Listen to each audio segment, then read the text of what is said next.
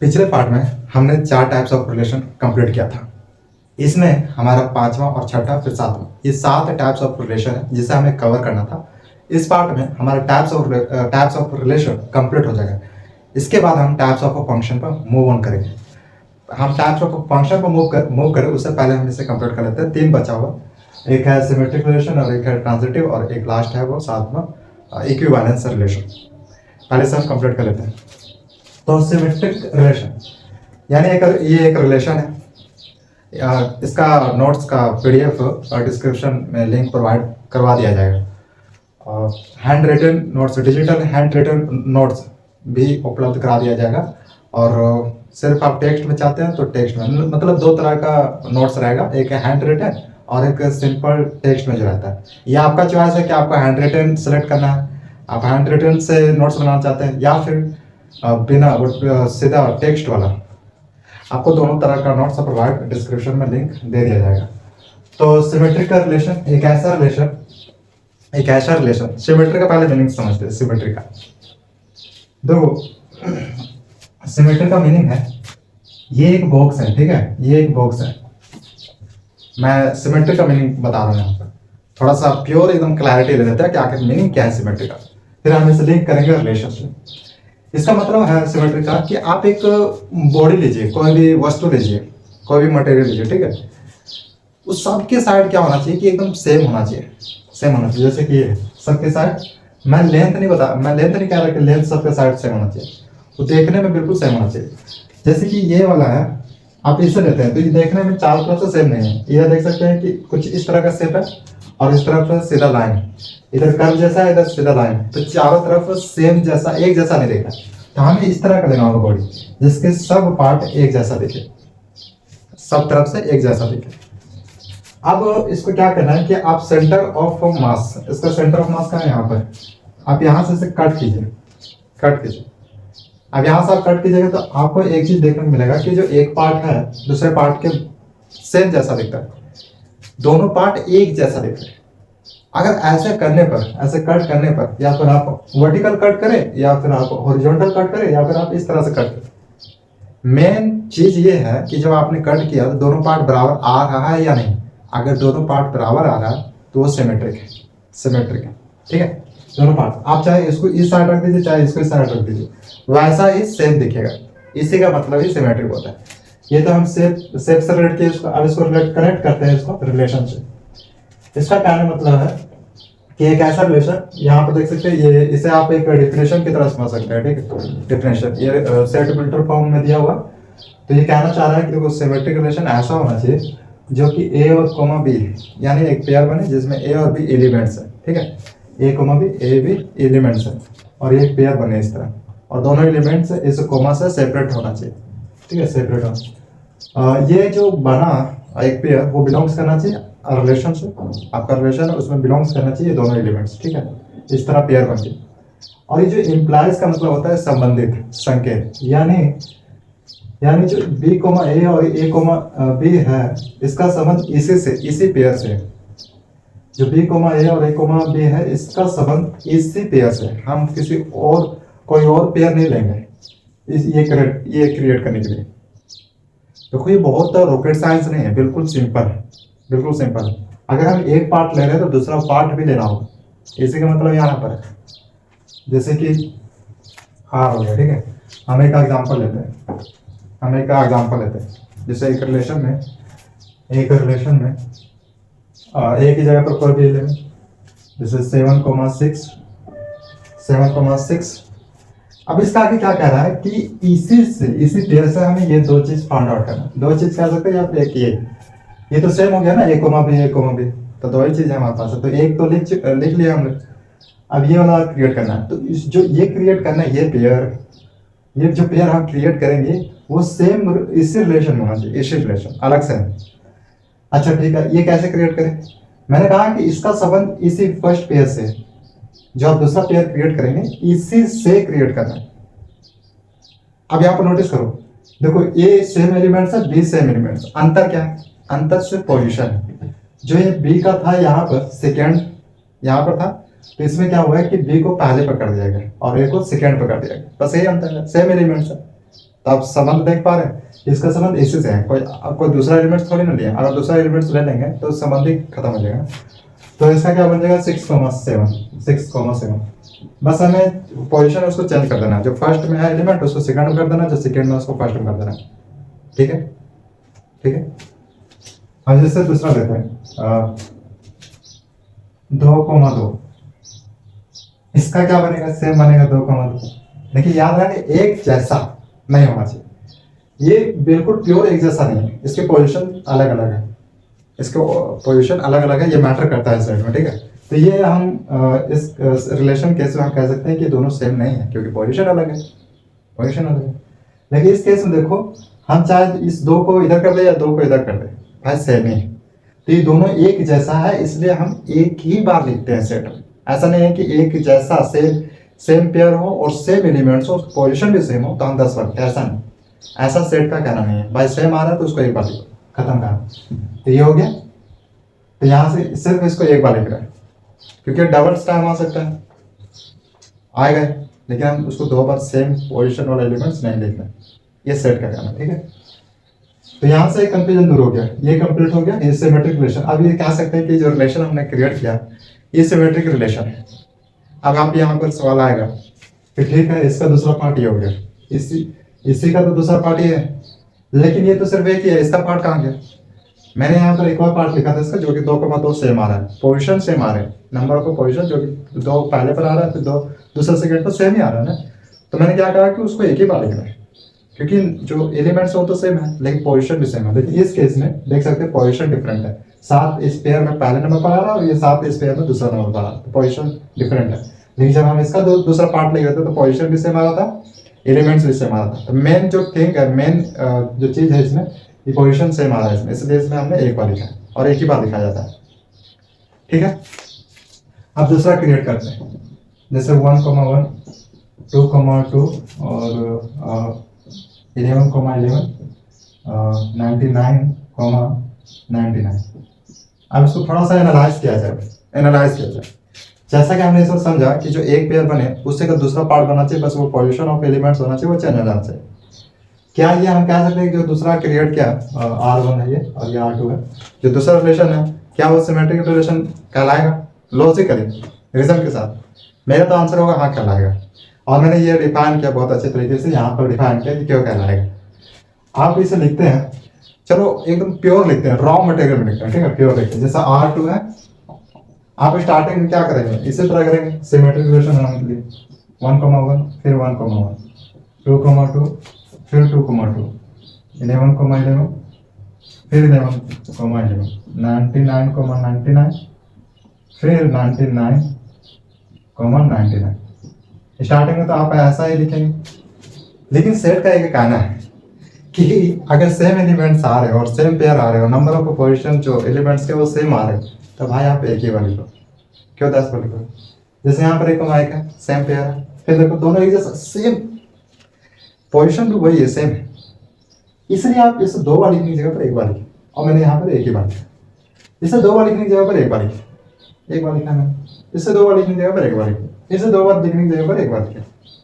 ठीक है, ये सेट का कारण, मैं कुछ अलग से ऐड नहीं कर रहा, जो पहले से रूल बनाया मैं उसे बस डिस्कस कर रहा हूँ कि आप इसे डबल डांस ना लिखें। ठीक है, तो इस ऐसा लिखने से बेहतर है कि आप कुछ इस तरह से लिखें। यहाँ से बस एक कंफ्यूजन क्रिएट होता है, इसलिए मैंने थोड़ा सा एक्सप्लेन किया थोड़ा सा और डिटेल्स में, ताकि कंफ्यूजन दूर हो सके। कंफ्यूजन ये था कि हम समझ रहे हैं कि सिमेट्री का दूसरा पार्ट होना चाहिए, एक पेयर है तो उसका दूसरा पार्ट होना चाहिए, लेकिन ऐसा तो नहीं है, इसमें हिडन कह सकते हैं, हिडन है, छुपा हुआ है। और मैंने यहाँ पर एक्सप्लेन किया, जो छुपा हुआ था तो उसको लिख के भी दिखाया। ठीक है, लेकिन अगर सेम एलिमेंट्स नहीं है इसके अंदर, तब तो पोजीशन चेंज होगा और उसके दूसरा पार्ट भी ऑटोमेटिक आएगा, लॉजिक के साथ आएगा। चलिए ये तो कंप्लीट हो गया, ये दोनों जरूरी था। इससे हम क्या डिफरेंस देखे, कंफ्यूजन को दूर किए, इससे हम पूरा क्लियर समझे कि सिमेट्रिक रिलेशन आखिर क्या होता है। अब फाइनली हम ये कंक्लूजन निकालते हैं कि आखिर क्या इन सम वर्ड्स, कुछ शब्दों में हम इसे कैसे बयान करें, कैसे परिभाषित करें। तो इसे इस तरह परिभाषित करो, हम तो टाइप्स ऑफ रिलेशन पढ़ रहे हैं, एक रिलेशन है, एक ऐसा रिलेशन जिसमें एक पेयर आए उसी का दूसरा पार्ट आ जाए, उससे दूसरा पार्ट आ जाए और इसी तरह से बनता जाए, फिर एक तीसरा पेयर आ रहा है, बस उसी का तीसरे पेयर का ही दूसरा पार्ट आ जाए, या फिर हमें लिखना हो, कोई भी लिखे, ऐसे रिलेशन का हम सिमेट्रिक रिलेशन कह रहे हैं। दूसरा पार्ट आना जरूरी है, ठीक है।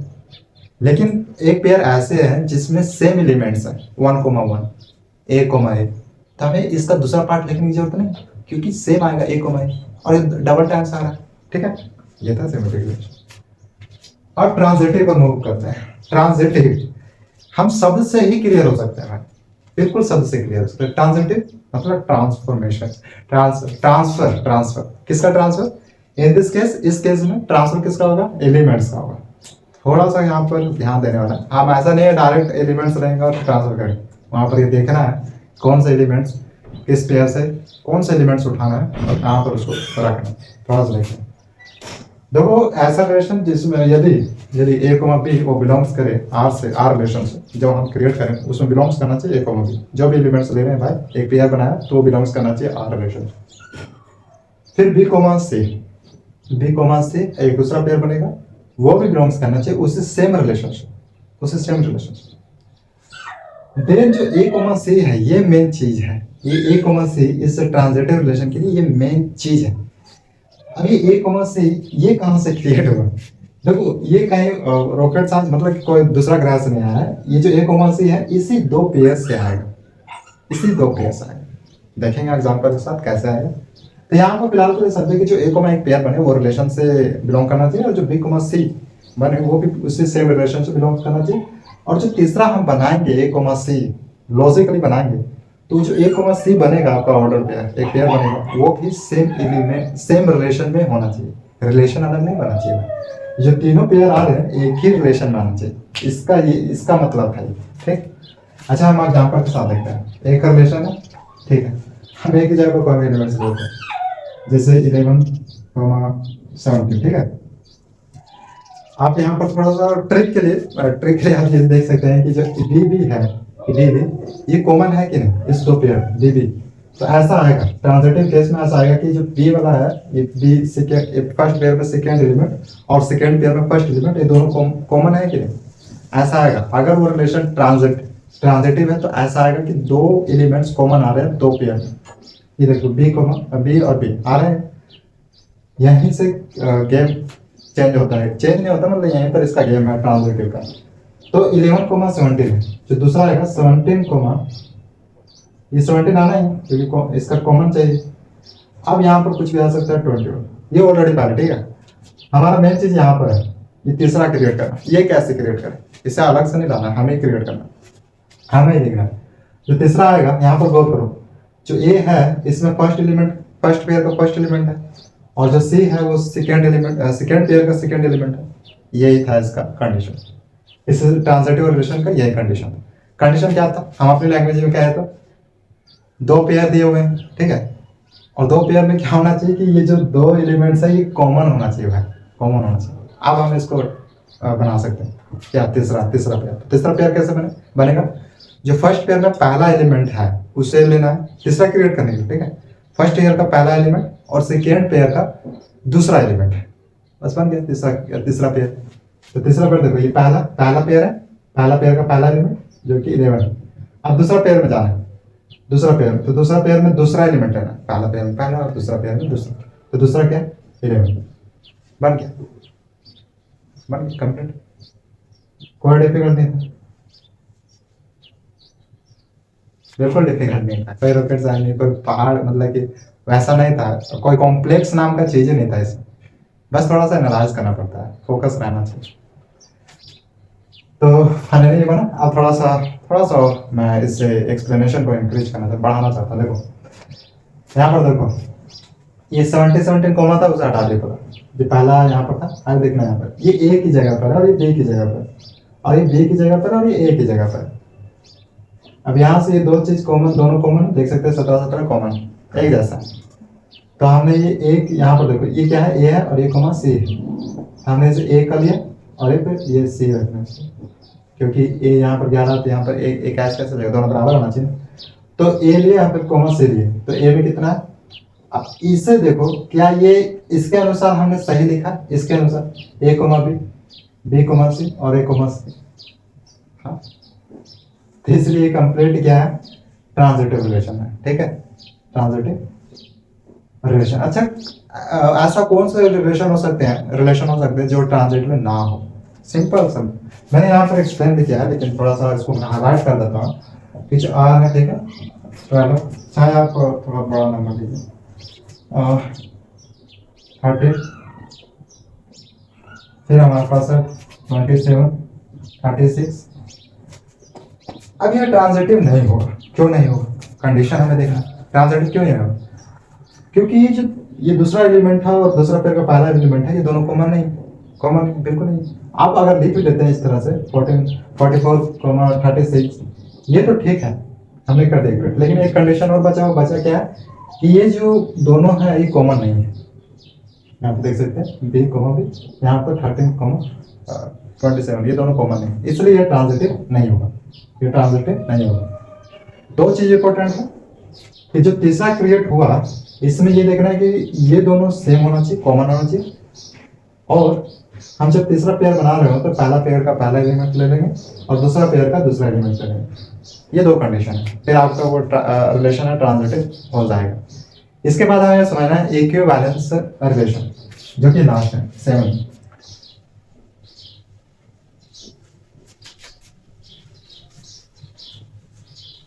इक्विवेलेंस रिलेशन 7, इक्विवेलेंस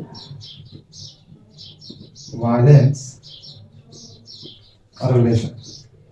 यह भी कोई डिफिकल्ट नहीं है। देखो इक्वी मतलब क्या होता है? इक्वी मतलब एक जैसा, इक्वी मतलब एक जैसा, इक्वल, इक्वल। ये कहता है कि इफ आर इज क्या, आर इज रिफ्लेक्सिव, रिफ्लेक्सिव और सिमेट्रिक, सिमेट्रिक एंड लास्ट क्या है? ट्रांजिटिव।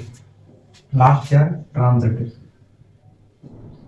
ट्रांजिटिव, ट्रांजिटिव रिलेशन, या फिर आप कह सकते हैं डिफिनेशन है इक्विवेलेंस रिलेशन का। आप थोड़ा समझते हैं इसको। ये कहना चाह रहे हैं कि एक ऐसा रिलेशन हो जो कि वो सिमेट्रिक भी हो।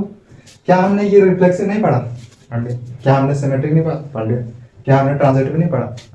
ये दो सिमेट्रिक और ट्रांजिटिव पढ़ा था अभी जस्ट, और रिफ्लेक्सिव दूसरा इसके पिछले पार्ट में हमने कवर किया था रिफ्लेक्सिव। तो जब ये तीनों पढ़ चुके हैं तो क्या ये डिफिकल्ट लगेगा? बिल्कुल नहीं, क्योंकि इक्विवेलेंस ये कहना चाह रहा है कि जो एक रिलेशन बने वो सिमेट्रिक भी हो, ट्रांजिटिव भी हो और रिफ्लेक्सिव भी हो। सिमेट्रिक, रिफ्लेक्सिव और ट्रांजिटिव, ये तीनों होना चाहिए। ऐसा नहीं कि एक रिलेशन बना जो कि सिर्फ रिफ्लेक्सिव और सिमेट्रिक है लेकिन ट्रांजिटिव नहीं।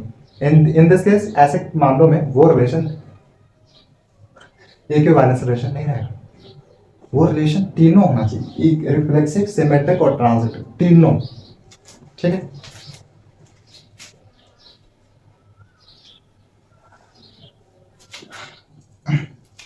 रिफ्लेक्सिव में हमने क्या देखा? रिफ्लेक्सिव में हमने क्या देखा कि जो 2,2 था, 3,3, या हर एक पेयर में क्या हो? सेम। हर एक पेयर में जो अपने एलिमेंट्स हो सेम हो। रिफ्लेक्सिव एक चीज और काम करता है, क्या करता है? वो अलग एलिमेंट्स भी ले सकता है पेयर में, लेकिन जब बात आइडेंटिटी का आएगा तो वहां पर है, वहां पर से तो सेम होना है।